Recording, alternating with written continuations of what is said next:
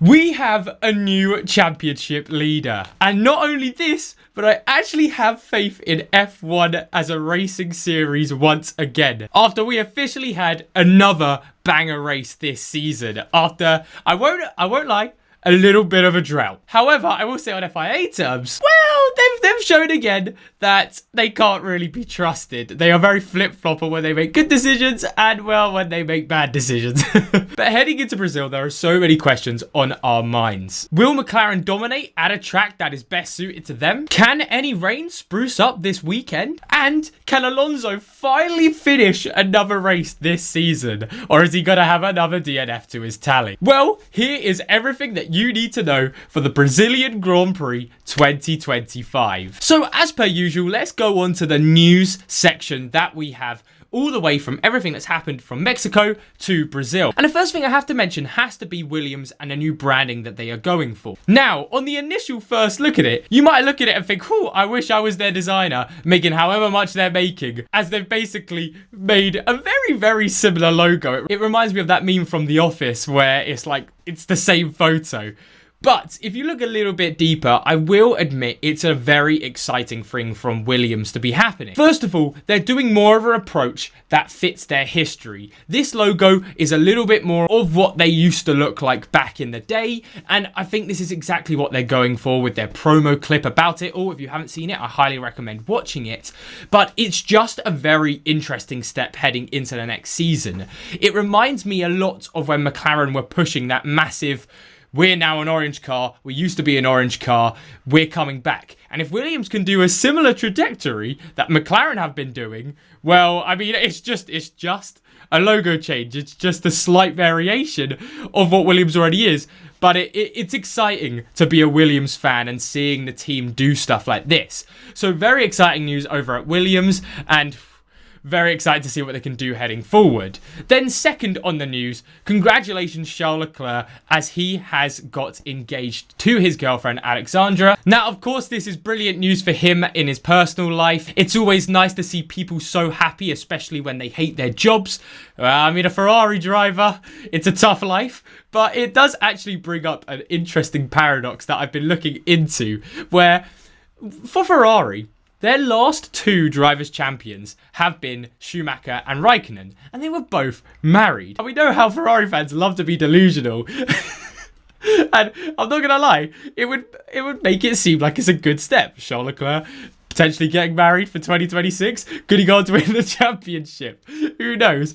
However, the paradox comes in because then you look at drivers' champions in a whole, and even if Piastri, Norris, Verstappen, whoever wins this season, it will be 9 years since we had the last driver who was in a married relationship to have won the championship, which would of course been Nico Rosberg. So it really is an interesting dilemma that has nothing to do with actual F1, but as fans we love these little delusional things where we can think, oh, will this affect him or not? It all just depends if Ferrari have a good car in 2026. And then finally, on the news-wise, we do actually have confirmation that Jack Crawford will be the third driver, development driver for Aston Martin heading into 2026. Now, why is this important news? Well, originally, even I included, potentially thought that that was going to go to Yuki Tsunoda. However, now with all of this Red Bull talk as well, we don't even know where potentially Yuki Tsunoda will end up. But now it's definitely not going to be at Aston Martin, potentially as a future driver, standing in as their third driver. Very good news for Jack Crawford. With Alonso getting to the end of his career pretty soon, you have to think. I mean, I know he's a rookie, but how long can he last? But yeah, again, it brings up the situation of where will Yuki be in 2026? Absolutely no idea now. But that is all the news wrapped up since Mexico to Brazil. So before we head into the rest of the video, let's have a quick look at your championship reminder. And everyone, the championship gap is 36 points. I repeat, Norris, Piastri, Verstappen are... they're covered by 36 points. I can't tell you how excited I am for these next 4 races, especially Brazil. I love Brazil as a circuit. Phenomenal. Absolutely phenomenal. I'll get into that a little bit later. But Lando Norris is winning the championship right now to 1 point to Oscar Piastri, to then another 35 points to Max Verstappen. It really is anyone's game. Then looking a bit further down the grid, we have Ollie Behrman, who's moved up to 13th in the drivers' standings, actually now ahead of his teammate Esteban Ocon and Liam Lawson after that 4th place in Mexico. And Ferrari and the constructors are back into 2nd place, split by 1 point to Mercedes and 10 points to Red Bull. So all 3 teams are still covered by 10 points heading into this race weekend.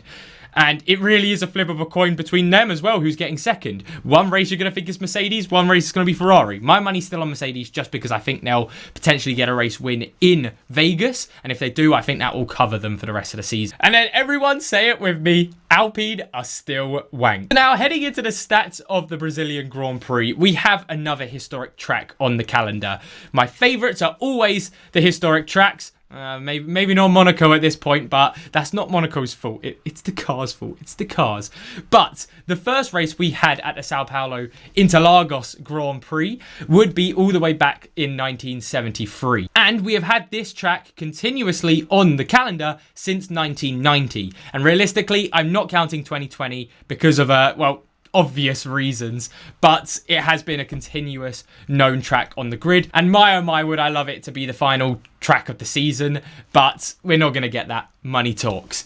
Then heading into race wins, we actually have Schumacher, who takes the title for this on 4 race wins here. And with people actually still on the grid, it's a tie between Verstappen and Hamilton, who both have 3. So if Verstappen wins here, he could actually tie Schumacher for the record. Then pole position wise, and it's a massive list, but we actually have a very big group tied for the top spot. At 3 pole positions each, we have Senna, Hakkinen, Massa, Barrichello and Lewis Hamilton all on 3 pole positions. So it's actually incredible how this home advantage has come into like drivers' minds when we get to this sort of track, because out of those 5 drivers I just mentioned, 4 of them are Brazilian. Well, 3 are Brazilian in Senna, Barrichello and Massa, and 1 is an honorary Brazilian since 2022, of course, Lewis Hamilton. And hey, I guess if Max Verstappen, who's on 2, gets pole position this time out, then it would be joint between 6 people and then another honorary Brazilian, I guess, because his partner, she's Brazilian as well, of course, being a part of the PK family. Then heading into my favourite stat of the bunch, we have the laps led around this track. And bear in mind, considering it's like a 71 lap race, it's actually quite a lot less than I thought someone would run away with this. But Michael Schumacher holds the record with 236 laps led around this track. And Verstappen actually is only 14 laps behind him. So I actually do think this potentially could get broken this time out. Then finally, for this time out in 2025, we have 71 laps, 2 DRS zones and 15 turns around this beautiful track. Now heading into your session information, and remember everyone, it's no longer a normal race weekend, it is a sprint race weekend. Same as in 2024, it's going to be another one in 25. Well, what does this mean for everyone at home who wants to tune in and wants to know when? Well, on the Friday we have FP1, the one and only practice session this time out, so we won't be seeing any development drivers as it's just so key for car setup. As we've seen at sprint races, you have to get it right because then you've got sprint quali as well on the Friday. Then on the Saturday you have the sprint race and the actual qualifying, and then on Sunday you only have the race again. But remember, if you want a little bit more action than just the normal F1 schedule we have this weekend, then look ahead at the full schedule where we have Brazilian F4, Porsche Sprint Challenge Brazil and the Porsche Carrera Cup in Brazil as well. So if this all said and done, let's now head over to your local weatherman ZachGP. Hello everyone, it is your local weatherman ZachGP back with another weather report. And actually, this time out, this weekend, me and Brazil, we've actually got something in common. It's going to be raining every single day, potentially, of the weekend. And hey, as a Brit, I know exactly what that is like. So heading into the Friday sessions, we have temperatures at track time that could vary from 24 degrees to 27 degrees, the hottest day of the weekend, with rain coverage anywhere between 10% to 56% coverage. Now, Friday looks like the day it's least likely to rain. However, considering this rain has just been coming through since I've been making this video, and honestly, on the edit, it could be a little bit higher than this, don't be surprised if we do get a little bit of rain on any any of the Friday sessions. Then heading into the Saturday, the temperatures drop a little bit as we go from around track time, 23 degrees to 24 degrees. However, it's still, you know, mid 20 degrees. It shouldn't be anything too crazy. However, Saturday is the day I can say without a doubt, if nothing changes, it will definitely rain. It looks like we have rain at around 70% coverage at some points. And then even when it stabilizes, it looks like 50%. This is absolutely brilliant for all Max Verstappen fans. As we know, he loves to perform in the rain. And then on the Sunday, sadly for Max Verstappen fans, it goes the other way because the rain actually looks a lot less. Well, actually, temperature-wise for the race, it's a lot cooler than the Friday and the Saturday, around 17 to 19 degrees, the coolest of the days by quite a bit. And the rain coverage only looks about 10 to 15% right now. So I'm not holding out on rain on the Sunday. However, there still is a chance. We know what Brazil is like. It can completely change from the Wednesday to the Saturday. But for right now, definitely looks like rain on Saturday, cold temperatures on Sunday, and a bit of everything on the Friday. So that is the weather reports for this weekend. So back to you in the studio. Thank you very much, Weatherman. And now it is that time of the video where we head over to ZachGP's predictions, the best predictions on the internet. As we know, they are the best, most accurate predictions. Definitely didn't get 27% last time out, but actually in Singapore, I did get top in my league. So we'll take that instead as the standard of what we always get in these predictions. But let's have a look at what I've put this time out. Now, heading into the first question of the predictions, you might actually think I'm a little bit crazy going for a 1-2 McLaren on the actual race, predicting that podium with Max Verstappen in third place. But my reasoning is for right now, it's going to rain on the Saturday. That much is for sure. We still don't know if it's going to fully rain, and it has to be like bad rain for Max Verstappen, I think, to be in contention. So with that in mind, if it doesn't change round, I might change it a little bit if the rain becomes a little bit more known on the Sunday. But if it's going to be a dry-ish track, I do think McLaren will have the advantage. So Lando Norris first, Oscar Piastri second, with Max Verstappen third. Sorry, Max Verstappen fans out there.